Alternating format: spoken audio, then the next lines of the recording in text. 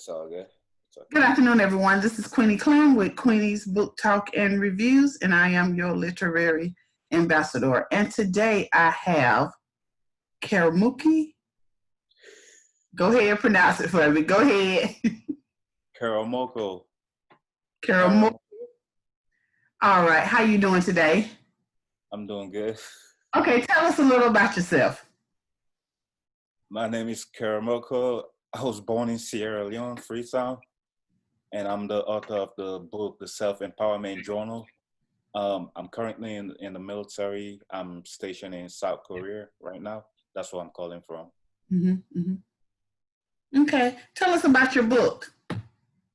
My book, The Self-Empowerment Journal, it's a personal development. It's a self-help book. Mm-hmm. Um, it's a book that it's a mind shift and transformational book that help people see their true potential and Mm-hmm. how to be able to use that potential to get from where they are to where they want to be.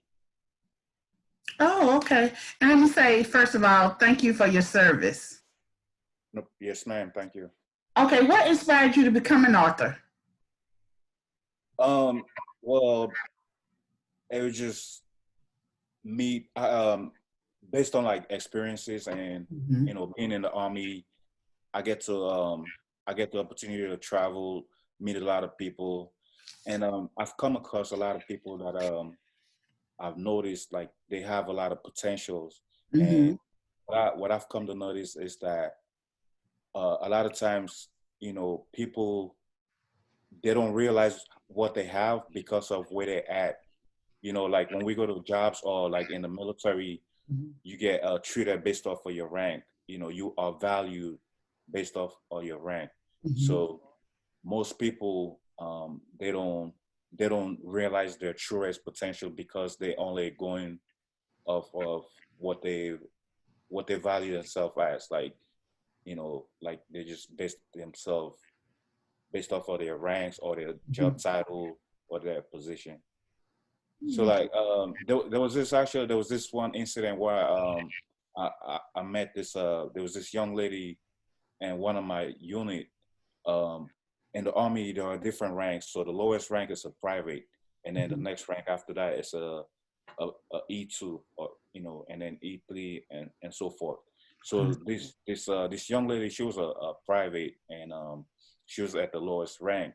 And I remember she was looking to purchase a vehicle, but you know based off of me knowing her, like from the person that she was, Mm-hmm. she's hardworking, very intelligent, like a go-getter. But so we were talking about, hey, so you like this car? Why don't you ever think about getting it? And Mm-hmm. she was just like, oh, I can't do that. I'm just a private, So that's her mentality. But me knowing her, I mean, I understand what she was saying. She was just saying like, my rank, I don't get paid that much, so I cannot. But the way she was coming off of, it would just sound like, okay, I can only do this much because of my rank. She let her rank determine her truest value. Mm-hmm. So those kind of experiences, I'm like, I know you. Like you could be creative. You could, you know, get a part-time job, or you could start your own business, or you could start a YouTube. There's so much you could do. You're not limited to Right. your rank. So I met a lot of people that have that kind of mentality, and I was going through the same thing too at one point. So that kind of led me to write this book right here, to help people see that they are more than where they are in life. I know Mm-hmm. it's like a long answer to No, this. no, you good.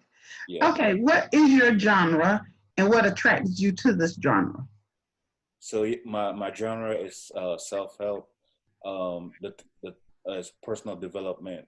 The thing that attracted me to it, it just, well, at one point in my life I was also going through a lot of anxieties, and Mm-hmm. I was going through a lot of stress, and I was able to overcome that using stuff that I learned from personal development, and I wanted to be able to share that with other people. So that's why I put this book together to help other people. Okay. Tell us about your publishing journey. How was that? It was crazy. So me when I like I do a lot of stuff online. I know how to reach out to, I know how to do researches and like to get the information that I need. But when I was writing this book, um, I wanted to do it with somebody local, somebody that I could see, face to face, go talk to them. And I reached out to a local author, I mean, publisher, Mm-hmm. a guy that was claiming to be a local publisher. So I went to this guy's house, met his, family and everything. And I just, it was kind of like, the way I was looking at it is like me giving back, I'm helping somebody local instead of reaching out for these big companies to trying to get my book published. And yes, so I paid this guy. He didn't do he didn't do the job. Like Oh, it wow. turns out it was a scam, and yeah, so I had to like start back over, Mm-hmm. and I went with another company, and they did a good job, but the only thing is the marketing part wasn't good. It was more of like they just trying to get me to buy what they selling, and after that they just left. So then I realized, oh, you know what, I could just do it myself. Like, so I went ahead and just I redid the whole publishing. I even in the process I learned that I can create my own publishing company. So as you can see here on the back of this book, it's a Platinum Premiering Press, which is Yes. that's my Oh, publishing company. oh, So it was all a learning process. So this is not the original book. This is the revised edition. This is the one I did on my own. Um, so yeah, it was. I had I met a lot of dishonest people, you know, mm-hmm. throughout Mm-hmm. the journey. But I learned from it. I learned a lot of things from it. That's my next question. What did you learn when writing this book? I learned that if you want something done, you got to do it yourself. You know, you Yeah. you know, don't ever underestimate yourself. Like there's you, there's a lot of information out there. It's all it takes for you to do the research, ask the right questions. Link up with the right people and the like-minded people, and then you could get things done. You know, you don't have to always go with the big company or rely Mm-hmm. on other people. Um, how did you? How was your when? How did publishing your first book, which is this is your first book, change your process of writing? Did it change your process of writing any after you published this first book?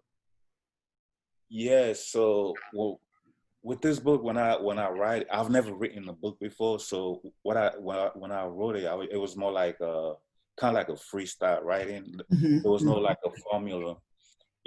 After I wrote this, I learned that there's processes and formula that you can create to help make your writing much faster and much better.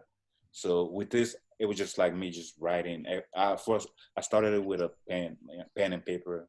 Then Mm-hmm. I use my phone sometimes, and then later on, I start using. I translate everything on the computer. But it was just free forming when I wrote this. Oh, okay.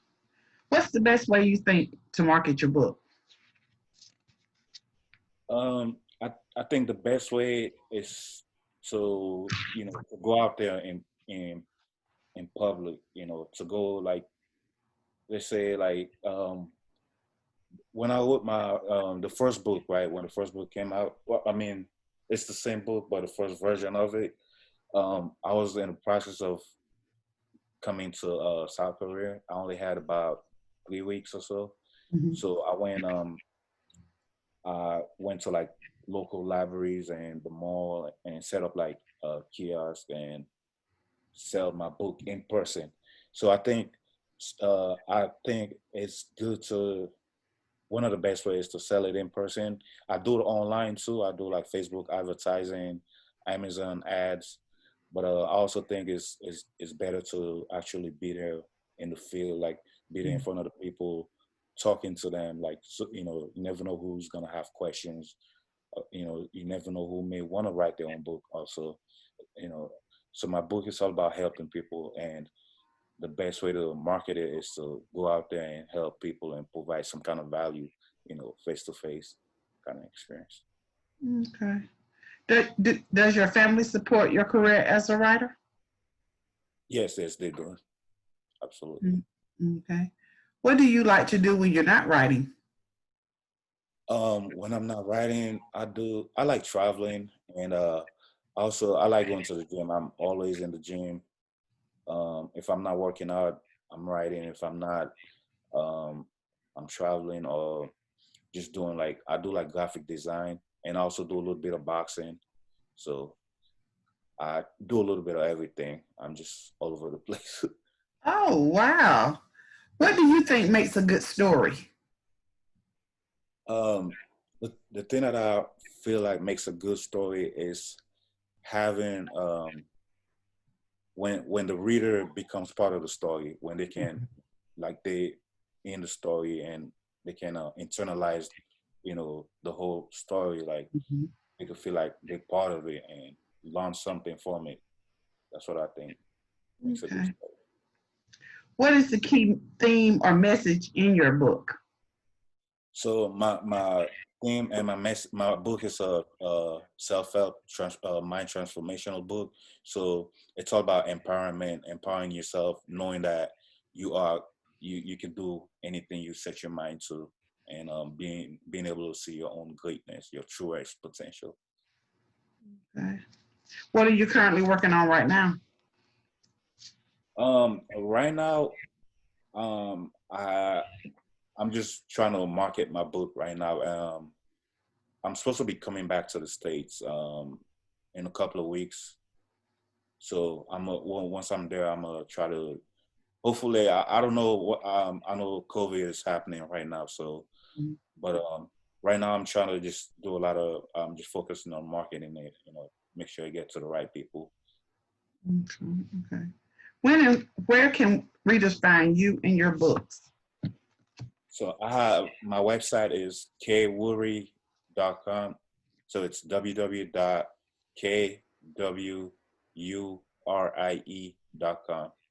I'm also on Instagram. My Instagram is underscore King Moko underscore. So it's underscore KINGMOKO underscore. I also just started a YouTube page. But for right now, it just have mostly my fitness routines like boxing and things like that. Oh, Um, yeah, so later on, I'm looking to add like personal developmental things in there too. So my YouTube is you can just search King Moko, KINGMOKO. So my book is also available on Amazon. People can find it. It's there's an audio version of it too. It's on Audible, and it's also on the iTunes Store app. So, okay. On the Audibles, is it you narrating it or is someone else? so I had someone else narrate it. I did narrate it myself, but so with Audible, there's like there was this the sound level. There's like some kind of way you gotta engineer the sound, and I didn't have the resources for it, so I had somebody else do it. But originally, I was gonna be the one doing it. Okay, and can you show your book again? Right.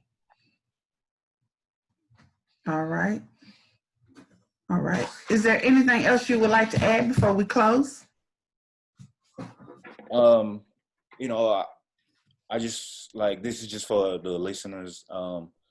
Yeah, don't let your current circumstances determine your future or determine who you are in person as a person. You know, you everybody have greatness in them. You just gotta uh search for it, deep, you know, Mhm. like so yeah, that's just basically my overall message is don't don't let nothing bring you down. No matter what you're going through, you can overcome it, and you have the power to overcome whatever situation you may be going through. Okay. Before you go, would you like to play a little game with me? Sure. Okay, it's called My Favorites. Your favorite author and why? I can only name one. Go ahead, you can name some. So there's a couple. I read a lot of different books. I just read the book by 50 Cent. It's called Hustle Harder, Hustle Smarter. Yeah. I like that book. I like him. He's not well. He has published a book. I don't think we consider him as a full author, but I just like it because it's relatable to a lot of the things that I'm learning. My other one is Grant Cardone. I don't know if you know who that is. He wrote the book called one of the book that he wrote that is my favorite. It's called the 10X Rules. I just basically when you set out the goal, just do 10 times the work that you're supposed to do, and you see result. Who else? I like Lisa Nichols. Yeah. Lisa Nichols. I have a lot. I just can't think of them. Okay. Your favorite color? I don't really have a favorite color, but when it comes to clothing, my favorite color is black. I don't know why I like wearing black. Favorite drink?